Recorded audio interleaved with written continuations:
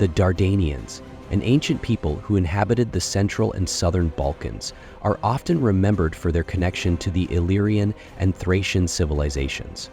The history of Dardania stretches back to prehistoric times, with archaeological evidence suggesting that the area was inhabited as far back as the Bronze Age. The Dardanians themselves were part of the larger Illyrian group, though their distinct cultural and political identity set them apart from their Illyrian neighbors. Their homeland, Dardania, covered parts of modern-day Kosovo, Albania, and North Macedonia, and its strategic location between the Illyrian coast and the interior of the Balkans made it a powerful and desirable region for surrounding tribes and empires. In the early days of their history, the Dardanians were primarily a collection of tribes with no unified political structure. They lived in a region known for its rugged terrain, which made them difficult to conquer and helped foster a strong warrior culture. The Dardanian tribes, much like other Illyrian groups, were organized around powerful local chieftains who governed small communities and led their people in battle. These chieftains, though not always unified, were bound by common cultural practices, religious beliefs, and a shared desire for self-preservation in a world constantly beset by the threat of external enemies. Archaeological excavations of Dardanian sites have revealed a rich material culture, with the Dardanians producing a variety of tools, weapons, and jewelry that showcased their craftsmanship and skills in metalworking. These artifacts, often made from bronze and iron, highlight the technological advancement of the Dardanian people.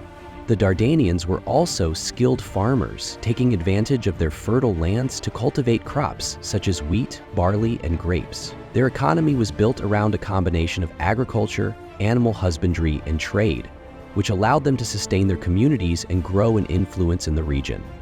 Over time, the Dardanian tribes began to forge alliances and develop more complex social structures. The creation of tribal confederacies allowed the Dardanians to organize more effectively against external threats. This early unity would lay the groundwork for the eventual emergence of the Dardanian kingdom, which would rise to prominence in the 4th century BCE, under the leadership of King Bardylis. However, long before the rise of Bardylis, the Dardanians had already established themselves as a people with a deep connection to their land, a warrior ethos, and a burgeoning sense of identity. These early years set the stage for the complex history of Dardania, which would soon intersect with the larger political struggles of the ancient world. One of the most significant figures in the history of Dardania is King Bardylis, who is often credited with transforming Dardania from a tribal society into a powerful kingdom. Bardylis, who reigned during the 4th century BCE, was a charismatic and skilled military leader, known for his strategic acumen and ability to unite the various Dardanian tribes under his rule. Before Bardylis, the Dardanians were a loose confederation of tribes, each with its own chieftain and regional power. However, Bardylis managed to consolidate power and create a centralized monarchy that would become a force to be reckoned with in the Balkans. Under Bardylis's leadership, the Dardanians expanded their territory, asserting control over significant portions of the Balkans, including parts of present-day Albania, Kosovo, and North Macedonia. Bardylis's military campaigns against neighboring tribes, such as the Paeonians and the Macedonians, demonstrated his strength and tactical brilliance. One of his most notable victories came in 358 BCE, when he inflicted a heavy defeat on King Philip II of Macedon, who had been seeking to expand his influence in the region. This victory not only solidified Bardylis's reputation as a formidable leader, but also temporarily halted Macedonian expansion in the Balkans. Bardylis was also known for his ability to build alliances with other tribes, including the Illyrians and Thracians, which helped to strengthen Dardanian power. He carefully navigated the complex political landscape of the time, using diplomacy and force when necessary. His reign marked a period of relative stability and prosperity for Dardania, as he encouraged trade, military service, and cultural exchange with neighboring regions. During this period, Dardania became a key player in the politics of the Balkans, challenging the dominance of larger empires like Macedonia and even Athens. While Bardylius's reign was marked by military victories and territorial expansion, it was not without its challenges. The Macedonians, under Philip II, were quick to regroup and eventually launched a counteroffensive against the Dardanians. Despite the eventual defeat of Bardylis's forces, his leadership during his reign left an indelible mark on Dardania. The legacy of King Bardylis lives on as a symbol of the Dardanian people's resilience and warrior spirit, and his achievements are still celebrated in the history of the Balkans. Following the death of King Bardylis, the leadership of Dardania passed to his son Clitus, who sought to continue his father's legacy of territorial expansion and political consolidation. Clitus was determined to assert Dardania as a regional power in the Balkans, and although he faced many challenges, his reign marked a crucial period in the kingdom's history. Clitus, like his father, was a skilled military leader who worked to strengthen the Dardanian state through both military campaigns and strategic alliances. However, his reign was also defined by the growing tension between Dardania and neighboring powers, particularly Macedonia, which was still reeling from the death of King Philip II and the rise of his son Alexander the Great. During Clitus's rule, the Dardanians continued to expand their territory, pushing into the fertile plains of Paeonia and increasing their influence in the region. Clitus sought to forge stronger ties with other tribes in the Balkans, including the Thracians, in order to counterbalance the Macedonian threat. The Thracians, who had their own ambitious plans for expansion, were receptive to Clitus's overtures, and a series of alliances were formed between the Dardanians and neighboring peoples. These alliances proved to be beneficial for the Dardanians, as they helped secure a more stable position for the kingdom in an increasingly volatile region. Despite these diplomatic successes, Clitus faced constant pressure from the Macedonian Empire. Alexander the Great's ascension to the throne in 336 BCE marked the beginning of a new era in the Balkans. Alexander's ambition to expand his empire was a threat to many of the smaller independent kingdoms in the region, and the Dardanians were no exception. Although Clitus was able to score some early victories against Macedonian forces, the overwhelming power of the Macedonian army, combined with Alexander's military genius, meant that Dardania could not hold its territorial gains for long. The Macedonian conquest of the Balkans soon became a reality, and Clitus was forced to negotiate with Alexander to ensure the survival of his kingdom. In the face of these pressures, Clitus made a strategic retreat, conceding certain territories to the Macedonians. However, he did so in a manner that allowed Dardania to maintain its autonomy and influence over the region. Clitus's ability to negotiate with one of the most powerful military forces in the ancient world is a testament to his diplomatic skill and the resilience of the Dardanian people. Although the kingdom's territory was reduced, Clitus ensured that Dardania would not be fully absorbed into Macedonian rule, thus preserving the independence of his people. His reign may have ended in the face of Macedonian expansion, but the Dardanian spirit endured. The Dardanian people were known for their warrior culture, and this reputation was built upon their military strategies and tactics. From their earliest days, the Dardanians relied heavily on their military strength to protect their territory and expand their influence. The landscape of Dardania, with its mountains and rugged terrain, played a crucial role in shaping the military tactics of its people. The Dardanians excelled in guerrilla warfare and ambush tactics, making them formidable adversaries even against larger and more organized armies. Their warriors were trained to navigate the difficult terrain with ease, using their knowledge of the land to outmaneuver their enemies. The Dardanian army was composed of various types of soldiers, including heavy infantry, cavalry, and light troops. One of the key elements of Dardanian warfare was the use of cavalry, which played a critical role in their military campaigns.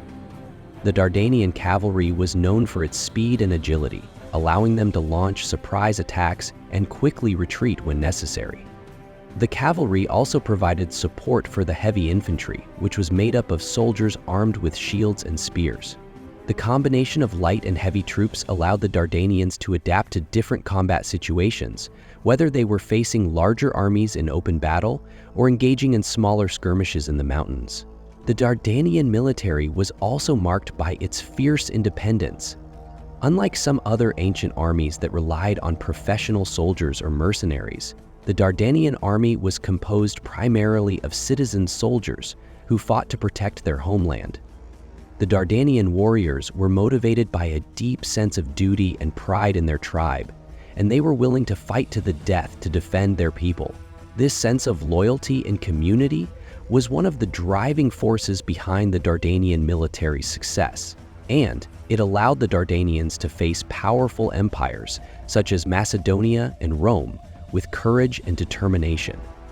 Over time, the Dardanians also adapted to new forms of warfare, incorporating elements from their neighbors, such as the Thracians and the Illyrians. They developed more advanced weapons and armor, including helmets, shields, and swords, which enhanced their effectiveness in battle.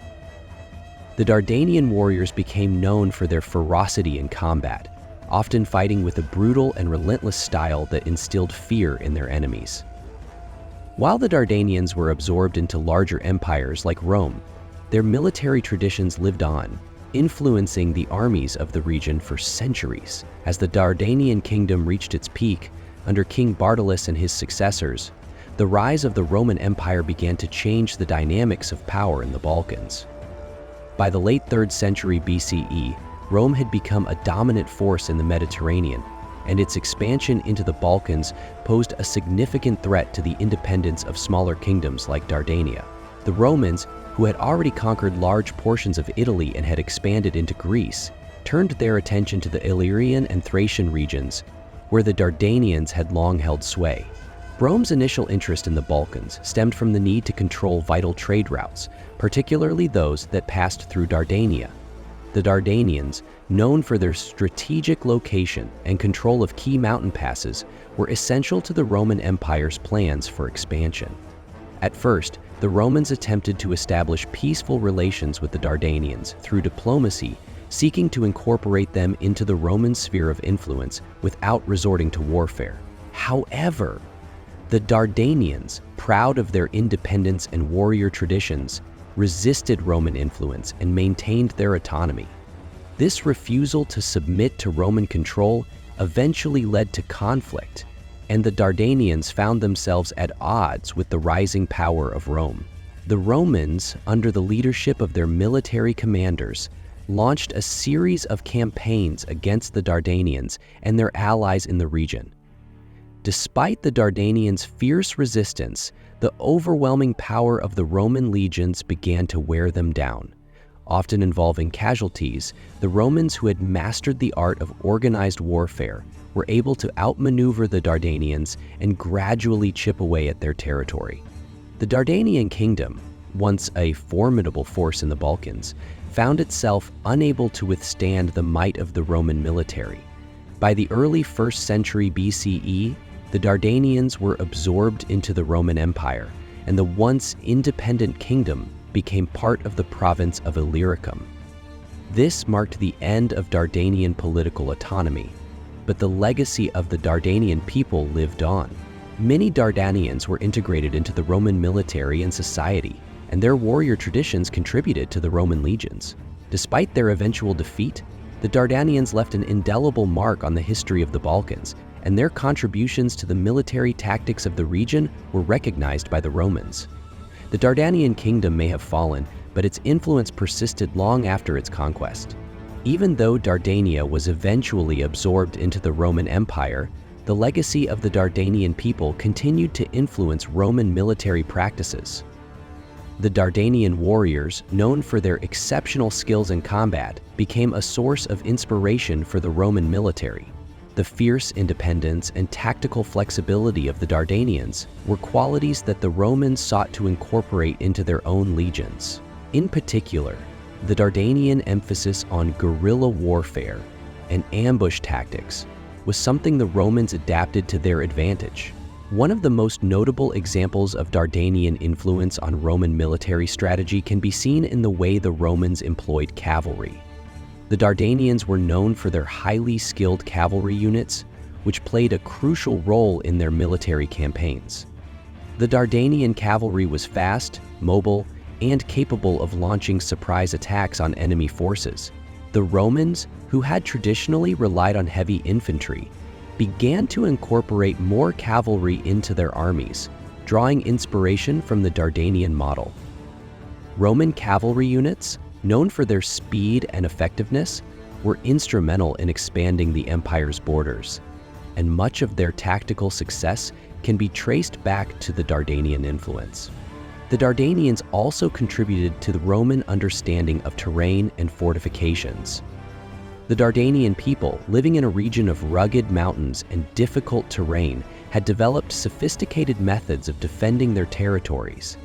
They built fortresses and settlements in strategic locations that allowed them to control mountain passes and secure their borders. The Romans, who encountered similar geographical challenges in their own conquests, adopted many of these fortification techniques in their military campaigns. The use of strongholds and defensive positions became a hallmark of Roman military strategy, and the Dardanian approach to warfare played a key role in shaping Roman methods of defense. Moreover, the Dardanian experience with diverse tribal alliances also impacted Roman diplomacy and military strategy. The Dardanians were adept at forging alliances with other tribes in the Balkans, such as the Illyrians and Thracians, in order to consolidate their power and defend their territory. This ability to unite different peoples under a common cause was a strategy the Romans would later employ in their own expansion. The Roman Empire relied heavily on alliances with local tribes and peoples to help maintain control over newly conquered territories. The Dardanian example demonstrated the importance of diplomacy and coalition building in warfare, lessons that the Romans would apply throughout their empire. The Dardanian people, like many other ancient cultures, had a rich spiritual life that was deeply intertwined with their daily existence and military endeavors. Their religious beliefs were influenced by a blend of local traditions, as well as the wider Illyrian, Thracian, and Greek pantheons. The Dardanians worshipped a variety of gods and goddesses, each of whom was associated with different aspects of life, from war and protection to agriculture and fertility. These deities were believed to play an active role in the lives of the people, and their favor was sought through rituals, offerings, and sacrifices. One of the most important deities in the Dardanian pantheon was the god of war, who was believed to protect the warriors and ensure their success in battle. This warrior deity was often depicted as a fierce and powerful figure, capable of bestowing strength and bravery upon the Dardanian soldiers.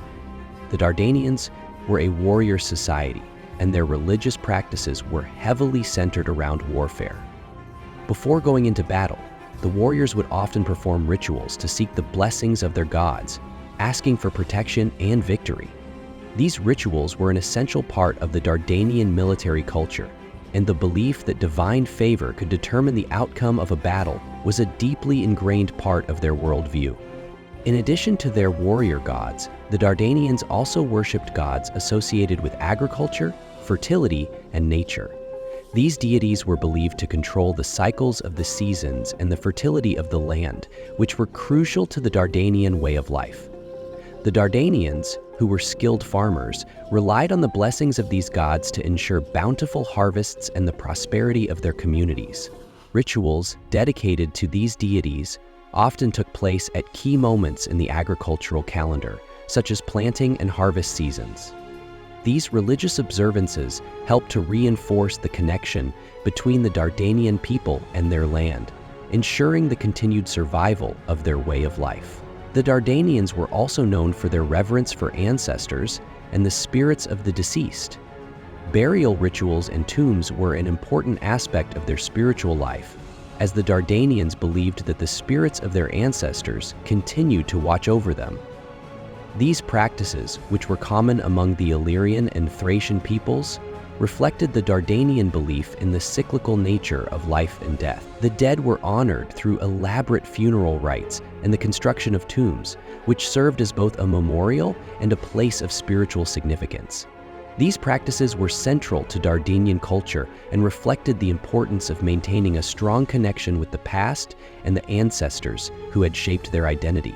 As the Roman Empire expanded, the once independent Dardanian kingdom began to lose its autonomy. Although the Dardanians had been a formidable force in the Balkans, their strategic location became a double-edged sword.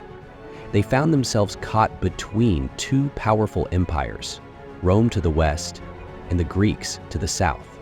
Initially, the Dardanians had attempted to maintain a balance by forging alliances with neighboring tribes, but over time, these alliances proved insufficient against the might of Rome.